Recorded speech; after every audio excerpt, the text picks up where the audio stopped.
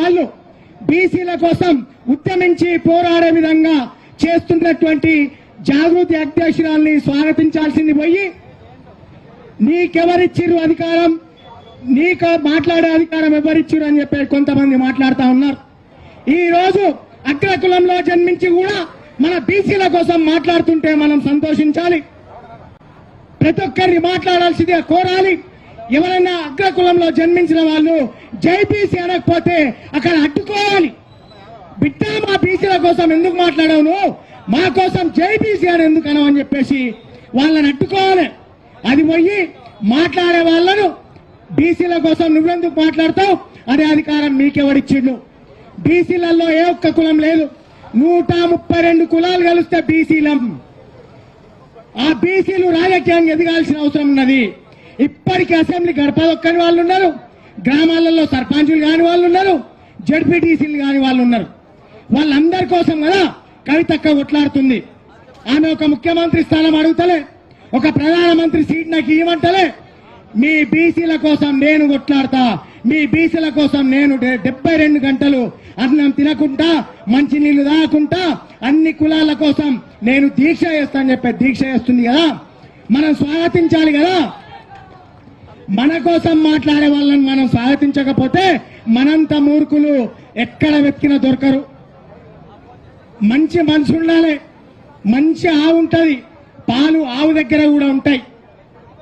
ఒక కుక్క ఉంటది, కుక్క కూడా పిల్లకి జన్మనిస్తుంది, కుక్క దగ్గర కూడా పాలుంటాయి.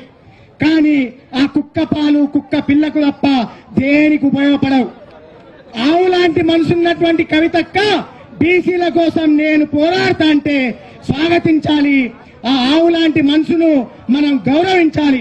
అది పోయి నీకెవరిచ్చిన అధికారం, నువ్వెట్లా మాట్లాడతావు, నువ్వెట్లా మాట్లాడతావు అధికారం నీకెవరిచ్చిందని మేము అడుగుతా ఉన్నాం. ఈరోజు విశ్వకర్మ జాతిలో మేము జన్మించినాం. విశ్వకర్మ జాతీయులు వెనుకబడి పోయినరు. తెలంగాణ రాష్ట్రం కోసం ఒక శ్రీకాంతాచార్య, ఒక ప్రొఫెసర్ జయశంకర్ సార్తో పాటు 38 మంది విశ్వకర్మ జాతి బిడ్డలు ప్రాణాలు వదిలిర్రు. ఈ రోజు విశ్వకర్మలకు గుర్తింపు లేదు, విశ్వకర్మలకు ఎక్కడ కూడా లేదు. మొత్తం రాజస్థాన్ వ్యవస్థ వచ్చిపోయింది. రాజస్థాన్ వ్యవస్థ బ్రిటిష్ వాళ్ళకంటే ప్రమాదకరమైన వ్యవస్థ తెలంగాణ రాష్ట్రంలో పాతరేసుకొని కూర్చున్నారు. కిరాణా షాపులలో వాళ్ళే, మంగళ షాపులు వాళ్ళే, ల్యాండ్రీ షాపులు వాళ్ళే, కిరాణా షాపులు వాళ్ళే, పద్మశాల బట్టల షాపులు వాళ్ళే, జ్యువెల్లర్ షాపులు వాళ్ళే, హార్డ్వేర్ షాపులు వాళ్ళే, ప్లైవుడ్ షాపులు వాళ్ళే, కార్పెంటర్ షాపులు వాళ్ళే. త్వరలో ఈ పెద్ద పెద్ద కార్పొరేట్ వ్యవస్థలను మనం తట్టుకొని మనం కుల వృత్తులను కాపాడుకోవాలంటే ఇట్లాంటి కవితక్క లాంటి వాళ్ళ సపోర్ట్ మనకు ఖచ్చితంగా అవసరం. ఎవరు మాట్లాడుతుండు? ఏ ఒక్కడన్నా కుల వృత్తుల కోసం ఇన్ని రోజులు మాట్లాడిరా? ఇట్లాంటి దీక్షలలో ఈ కుల వృత్తులకు మాట్లాడే అవకాశం ఎక్కడన్నా ఇచ్చిర్రా? చాలా మంది దీక్షలు చేస్తా ఉన్నారు. ఈ కుల వృత్తులకు మాట్లాడే అవకాశం ఇచ్చిన వేదిక ఈ జాగృతి. మేము కూడా వ్యతిరేకించినాం, టీఆర్ఎస్ వ్యతిరేకించిన వాళ్ళమే.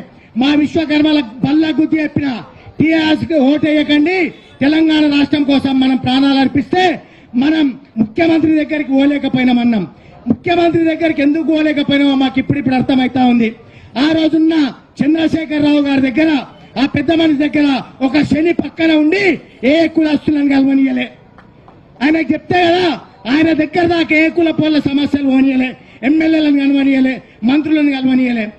ఆ 9 సంవత్సరాలు ఆ ముఖ్యమంత్రిని కలిసే పాపాన పోలే. ఈ ముఖ్యమంత్రి వచ్చి 20 నెలలు అవుతుంది, ఏ కుల పోలను కూడా కలిసే పాపాన పోతలేం. ప్రజాభవన్, ప్రజా దర్బార్ అంటే ఖచ్చితంగా ముఖ్యమంత్రి గారు రోజు మమ్మల్ని కలుస్తారు, మేము సమస్యలు చెప్పుకోవచ్చు, కుల వృత్తులకు గుర్తింపు వస్తుంది అనుకున్నాం.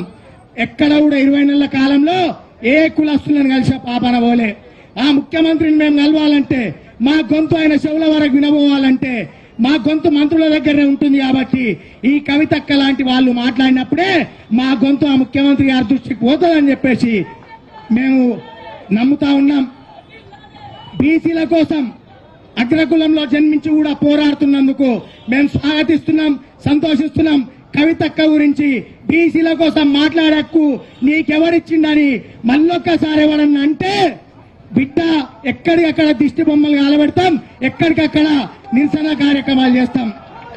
ఆ రోజు అధికారంలో ఉన్న కేటీఆర్ గాడోడో చారుగాడు పప్పారు గాడు ఉండే అంటేనే గాయన దిష్టి బొమ్మలే కాలబెట్టినాం, గణపతి సత్యనారాయణ దిష్టి బొమ్మలు కాలబెట్టినాం, ఒక లలితా జ్యువెలర్ దిష్టి బొమ్మలు కాలబెట్టి దిగొచ్చి క్షమాపణ చెప్పే విధంగా చేసినాం. కవితక్క గురించి ఎవ్వడు అవాకులు చవాకులు వెళ్ళినా బహిరంగ క్షమాపణ చెప్పే వరకు వదిలిపెట్టాం. దాడులు బీడులు అవి సంస్కృతి కాదు. మీ దిష్టి బొమ్మలు కాలబెట్టి ఎక్కడికక్కడ చెప్పులతో కొట్టి మీతో క్షమాపణ చెప్పిస్తాం. మేము బీసీల కోసం పోరాడుతున్నందుకు, కుల వృత్తుల కోసం పోరాడుతున్నందుకు ఈ జాగృతి సంస్థకు తప్పకుండా మేము అండగా ఉంటామని చెప్పేసి తెలియజేస్తూ, ప్రాణం పోయినా సరే ఒక్కసారి మాట ఇచ్చినామంటే విశ్వకర్మలం ఆ మాట కట్టుబడి ఉంటాం. కవితక్క కోసం, మా కోసం కొట్లాడుతున్న ఈ కవితక్క కోసం మేము ప్రాణాలు అర్పించడానికైనా సిద్ధమే. తెలంగాణ రాష్ట్రం కోసమే ప్రాణాలు అర్పించినాం. ఈ బీసీల కోసం ప్రాణాలు అర్పించడం పెద్ద లెక్క కాదు. ఈ ఆడబిడ్డలు ఎప్పుడన్నా కించపరిస్తే మా ప్రాణాలు అడ్డు పెట్టైనా సరే అక్కను కాపాడుకుంటామని చెప్పే జై బీసీ, జై బీసీ, జై బీసీ, బీసీల నాయకత్వం. బీసీల కోసం మాట్లాడడం నాకే అక్క అనుకుంటే 40 ఏళ్ల నుంచి కొట్లాడుతున్న కృష్ణన్న నాకే అక్క అని ఎన్నడనలే. జాల శ్రీనివాస్ అన్న కొట్లాడుతుండు నాకే హక్కు పెట్టండి అక్క అని ఏ రోజు అనలే. ఒక మాజీ ఐఎస్ చిరంజీవులు సార్ కొట్లాడుతుండు నాకే అనలే. ఎవ్వరికి కూడా నాకే పెట్టండి అక్క అనే అధికారం ఎవ్వరికి లేదని చెప్పేది తెలియజేస్తా ఉన్నాం. ఎవ్వరు బీసీల కోసం మాట్లాడా స్వాగతిస్తాం. బీసీలకు ఎవ్వరు వ్యతిరేకంగా మాట్లాడినా పాతాలలో ఒక దక్కుతామని చెప్పి చెప్తా ఉన్నాం. కవితక్కకి ఎల్లప్పుడూ మేము సపోర్ట్ గా ఉంటాం. ఒక ఉడత సాయంగా మాత్రమే ఉంటాం. మా దగ్గర పెద్ద పైసలు లేవు, మేము పైసలు ఉన్నోళ్ళం కాదు. ఈ కార్పొరేట్ సంస్థలు ఏర్పడి అప్పుల పాలై ఆత్మహత్యలు చేసుకుంటా ఉన్నారు నా విశ్వకర్మ జాతి బిడ్డలు. నా బీసీలలో ఉన్న 18 పనులోళ్ళు ఉంటారు అక్క. కుమ్మరోళ్ళు, సాకలోళ్ళు, ముద్రాజులు, బయన్లోళ్ళు, ఇట్లాంటి కులాలన్నీ ఉంటాయి. బొంద కొట్టాలంటే ఈ బీసీలే కావాలి. ప్రతి దానికి బీసీలతోనే 18 పనుల ఉంటారు. ఈ పోలీస్ మిత్రుల కోసం కూడా ఒక్కరోజు దీక్ష పెట్టాలక్క. ప్రతి ఒక్క గవర్నమెంట్ ఉద్యోగస్తులకు సెలవు దినం ఉంటుంది, కానీ ఈ గన్నులు పట్టుకొని మనకు కాపలా ఉండే పోలీస్ మిత్రులకు సెలవు దినం లేదు. వాళ్ళకు కూడా ఒకరోజు సెలవు దినం ప్రకటించాలి అని చెప్పేసి తప్పకుండా మీరు దీక్ష చేయాలక్క. వాళ్ళ కోసం కూడా వాళ్ళు ఒక్కరోజు గన్ను డౌన్ చేసిన, మీడియా మిత్రులు పెన్ను డౌన్ చేసిన ఈ రాజ్యంలో ఏది నడవదు.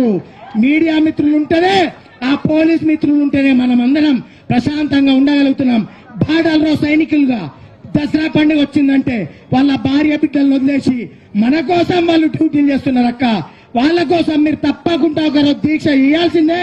ఇదే ఇందిరా పార్కు వేదికగా అని చెప్పేసి వేడుకుంటూ, దానికి అవకాశం ఇచ్చిన మీడియా మిత్రులకు, ప్రతి ఒక్క బీసీ బడుగు బలైన వర్గాల నాయకులకు, కవితక్క గారికి ప్రత్యేకంగా ధన్యవాదాలు, కృతజ్ఞతలు తెలియజేస్తూ ముగిస్తా ఉన్నాను.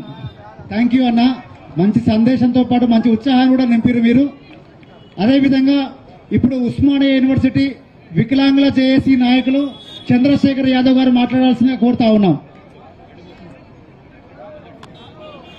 గౌడ సంఘం సదానందం గౌడ్ మరియు గుండాల మల్లేష్ గౌడ్ గారి ఆధ్వర్యంలో ఈరోజు గౌడ్లు నల్గొండ జిల్లా నుంచి ఈరోజు కవితక్క దీక్షకు మద్దతుగా ఈరోజు వారు వచ్చి మద్దతుకొని మార్నింగ్ కళ్ళు గీతలు చేసుకొని ఆ తర్వాత వచ్చేసినటువంటి మిత్రులందరికీ కూడా ధన్యవాదాలు తెలియజేస్తా ఉన్నాం.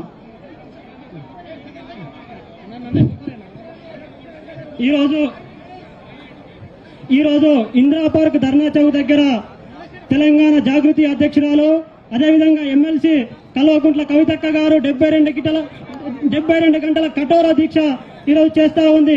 బీసీ రిజర్వేషన్, బీసీలో జరుగుతున్న అన్యాయం పైన బీసీలకు రావాల్సినటువంటి హక్కుల కోసం ఇవాళ 72 గంటలు కఠోరమైనటువంటి దీక్ష చేసినటువంటి తెలంగాణ జాగృతి అధ్యక్షురాలు ఎమ్మెల్సీ కల్వకుంట్ల కవితక్క గారికి ప్రత్యేక ధన్యవాదాలు తెలియజేస్తా ఉన్నాము. ఇలా కాంగ్రెస్ గవర్నమెంట్ అధికారంలోకి వచ్చిన తర్వాత 42% రిజర్వేషన్ తీసుకొస్తామని చెప్పడం జరిగింది. కానీ 42% రిజర్వేషన్ స్థానిక సంస్థలే కాదు, చట్టసభల్లో తీసుకురావాలి. అదేవిధంగా ఉద్యోగ ఉపాధి అవకాశాల్లో అన్ని రంగాల్లో కూడా 42% రిజర్వేషన్ తీసుకొచ్చినప్పుడే బీసీలకు సమన్వయం జరుగుతుందని చెప్పి